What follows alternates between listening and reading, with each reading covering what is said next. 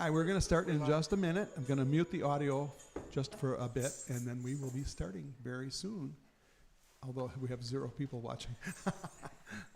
Hello, everybody.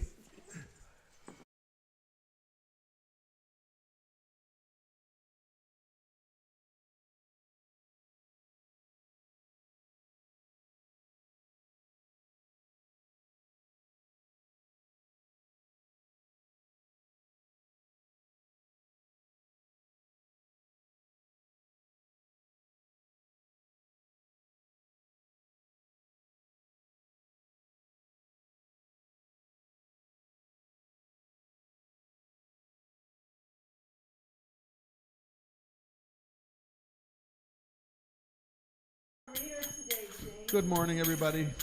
This is we are from Song of the Morning Yoga Retreat. She said okay. And meditation retreat, and we are doing some chanting and meditation today. We take our chants from Paramahansa Yogananda's collection of cosmic chants, and we some of us have been living in the community for years. The community, Song of the Morning community, and it's actually called Clear Light Community, was started many years ago. It's been in formation for, what, 20, 30 years? 54. 20, yeah, some. And the first house was built in 2001 when George and Mary Ann Johnston built their house. And then soon after that, Carol and Richard Armour built their house. How is everybody? Wake and ready. Wow, this is a motivated group. You have to love them. We're just a little late. So but we're doing good. We have a lot of snow here in northern Michigan. Are you dealing with the snow okay, everybody? Pretty well. Yeah. Yeah, it's beautiful. It's been beautiful. That one thing you can say, the snow is beautiful because it's pure and clean when you get to northern Michigan. Whereas if you're in the city, not so much. So we're glad everybody's doing well, and we love playing these chants because they have a mystical quality to them that helps lead you into a meditative mood, and then it's helpful to do as part of your meditation. Does that sound right? Is that correct? Yeah. Yes. Wake and ready. Yes, we're ready. I don't want to say anything that's not correct. But and also we have the inspiration of Paramahansa Yogananda was an amazing poet, musician, as well as, of course, a master in yoga, as well as being an avatar. So what can you say? Though you can't even say much more than that. But we will continue with our chanting after we have our opening prayer. Heavenly Father, Divine Mother, friend, beloved God, Bhagavan Krishna, Jesus Christ, Babaji, Lahiri Mahashai, Swami Sri Yukteswar, and Paramahansa Yogananda. Saints and sages of all religions, we bow to you all. Free our spiritual path from all obstacles and lead us to the shores of eternal wisdom and bliss. May thy love shine forever on the sanctuary of our devotion, and may we be able to awaken thy love in all hearts. Be thou the only King reigning on the throne of our consciousness, eternal spirit, eternal youth of body and mind. Awaken within us conscious will, conscious vitality, conscious health, conscious realization, goodwill to all, vitality to all, good health to all, realization to all. Eternal Spirit, abide in us forever, forever and forever. Amen.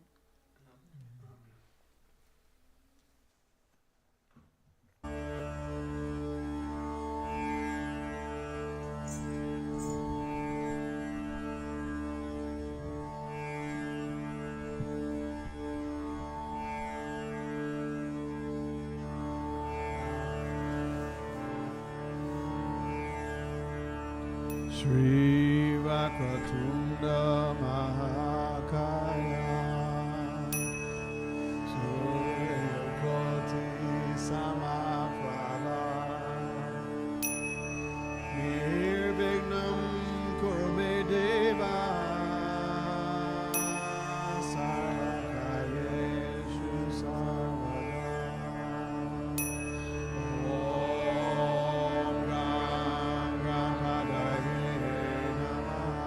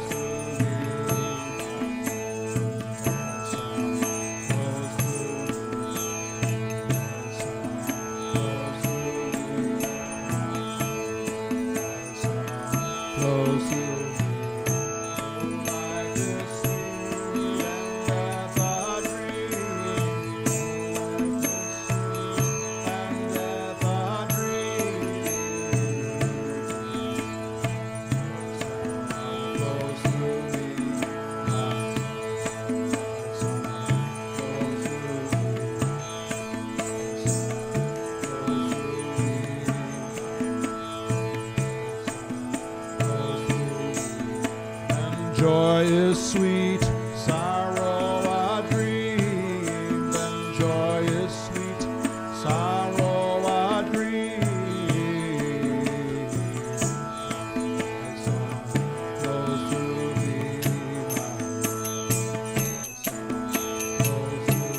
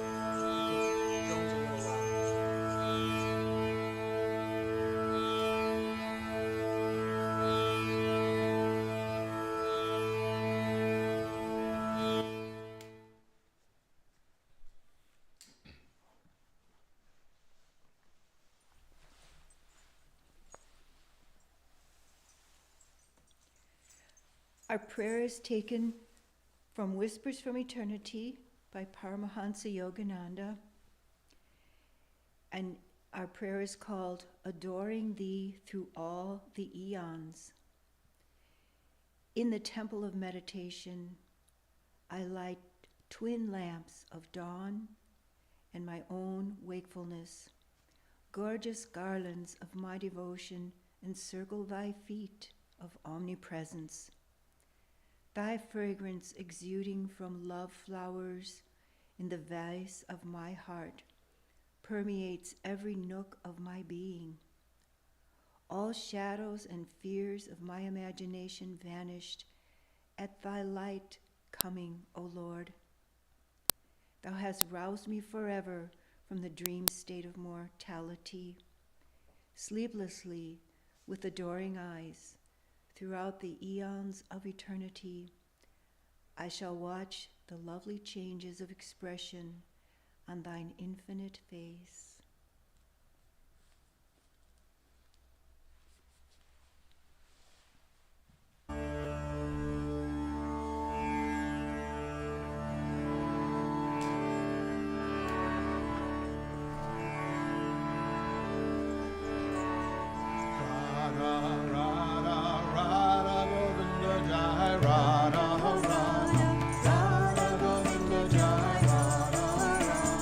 Radha Govinda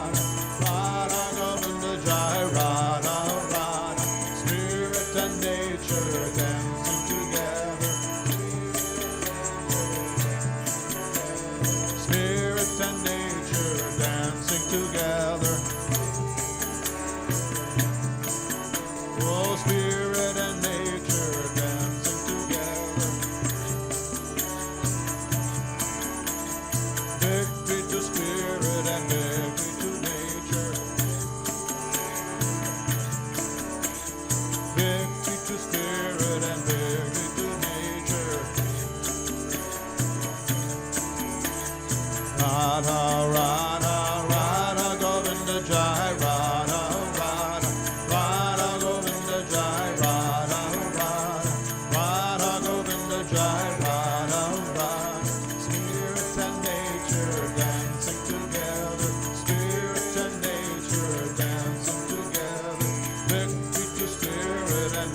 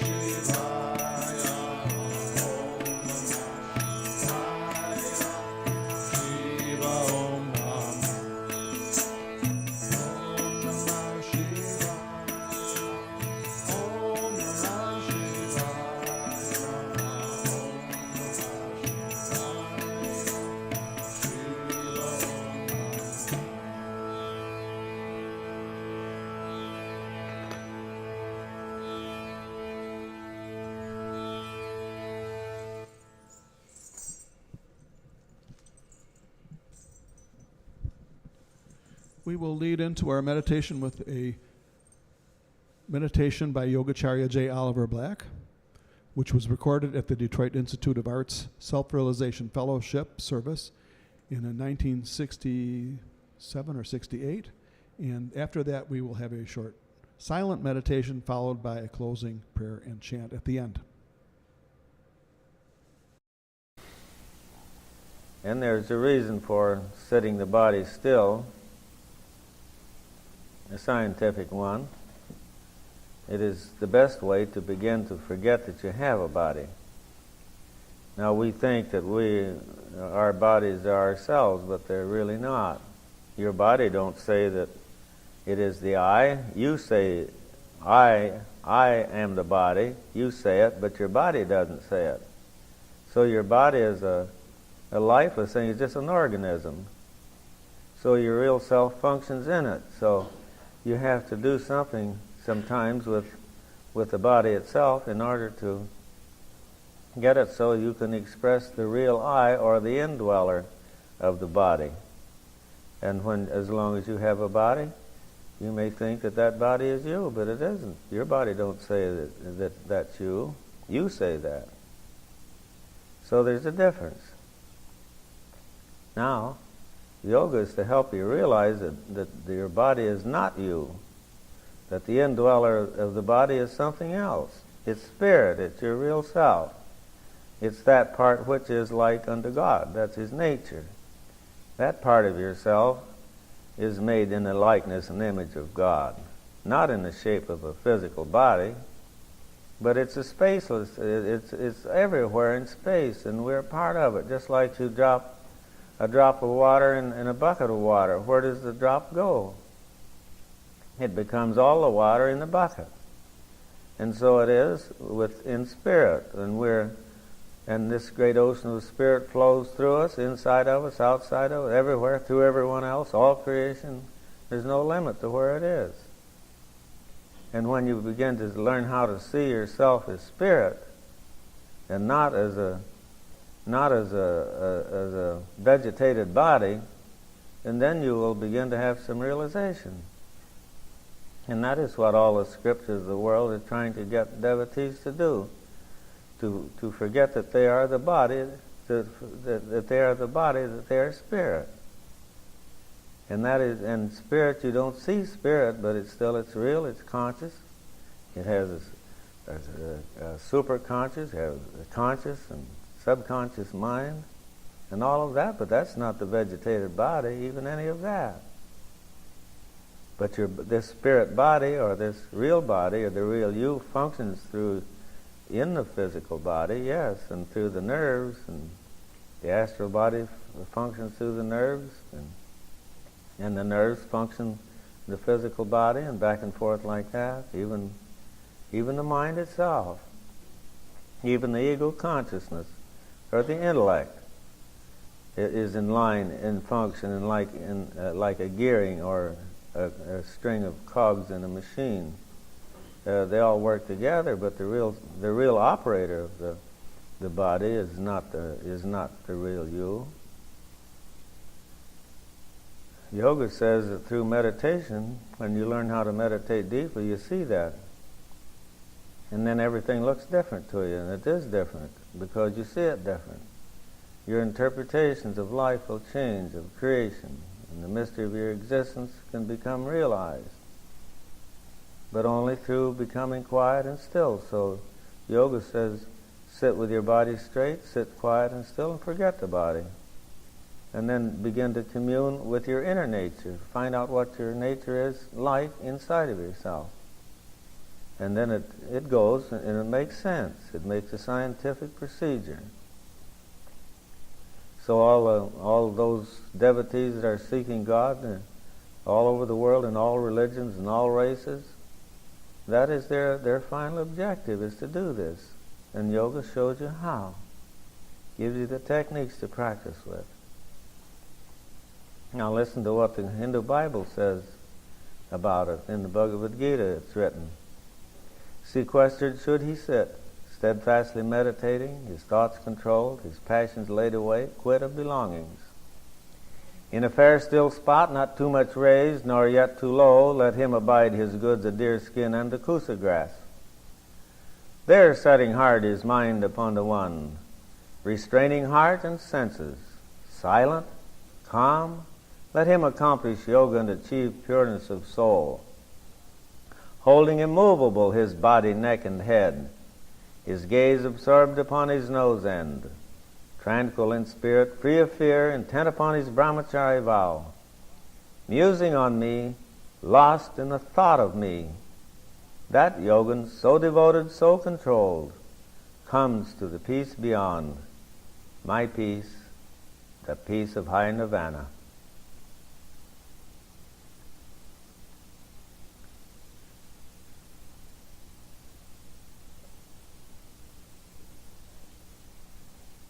In a fair still spot, not too much raised, nor yet too low, let him abide his goods a deerskin and the kusa grass. That means to sit wherever you meditate.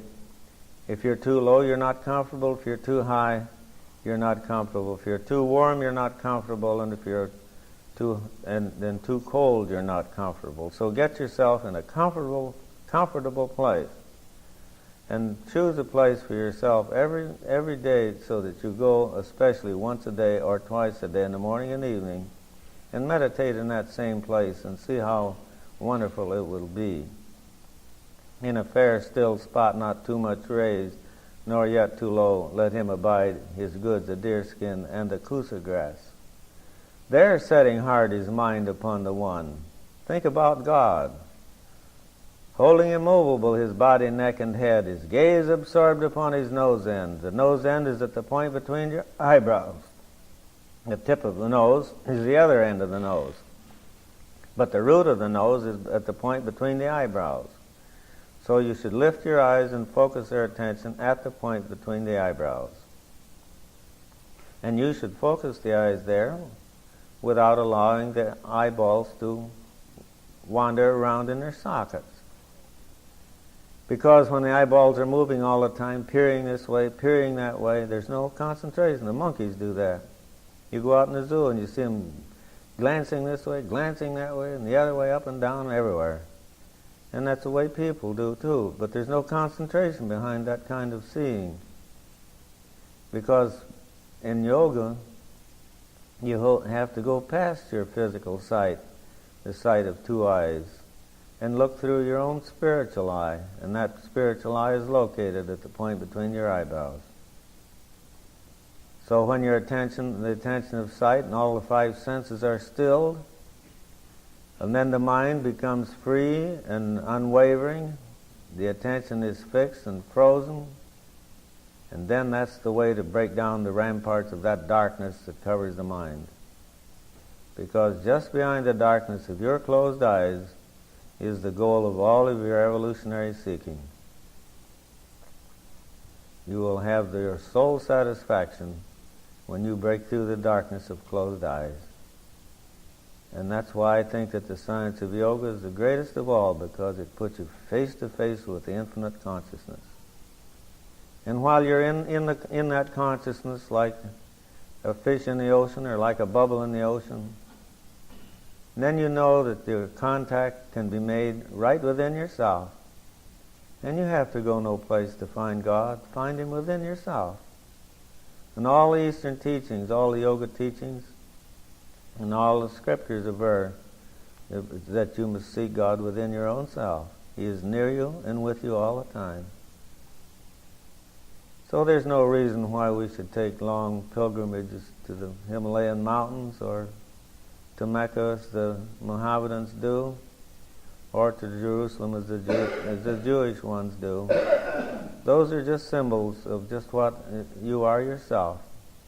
You are the city of Jerusalem yourself. You are the Garden of Eden, and you are Mecca as well. Everything that you seek, you are yourself, and everything is within your own self.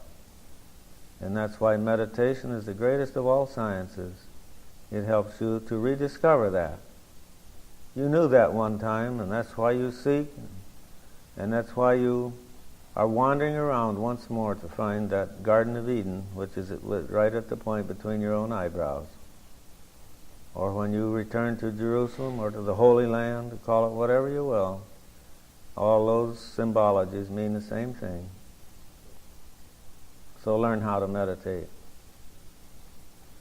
And you must do it through lots of practice. And the Gita says, steadfastly the will must toil thereto, till efforts end in ease, and thought has passed from thinking, shaking off all longings bred by dreams of fame and gain, shutting the doorways of the senses closed by watchful ward. So step by step, it comes to gift of peace assured and heart assuaged, when the mind dwells self-wrapped and the soul broods cumberless.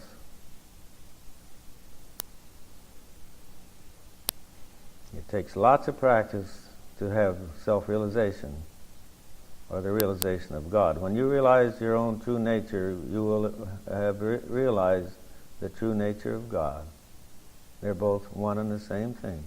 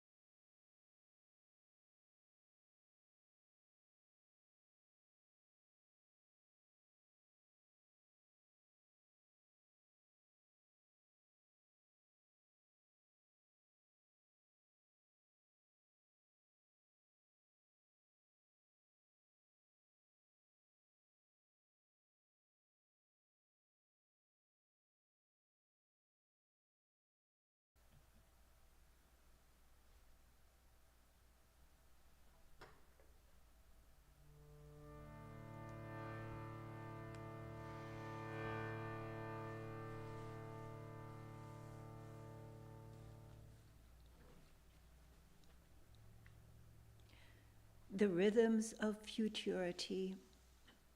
I disconnected the rays of my mind from the little territory of the senses and switched them on in the unrestricted land.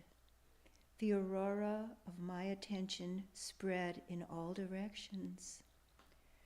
Reality was no longer hidden behind flesh and appearances. I stood in unveiled regions and found streams of rushing, glistening thoughts. I felt the rippling currents of the millenniums, of born and unborn civilizations. In me, all future in infinite.